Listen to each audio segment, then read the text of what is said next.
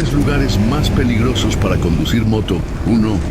Nunca conduzcas en el sol. Los neumáticos se calentarán demasiado rápido y se llenará de humo negro todo. 2. Tampoco conduzcas jamás en el fondo del mar, ya que le entrará agua al carburador y dañarás la moto. 3. Nunca conduzcas en el océano cuando un volcán esté activo, ya que el vapor del volcán afectará tu visibilidad y puedes chocar con algún pulpo.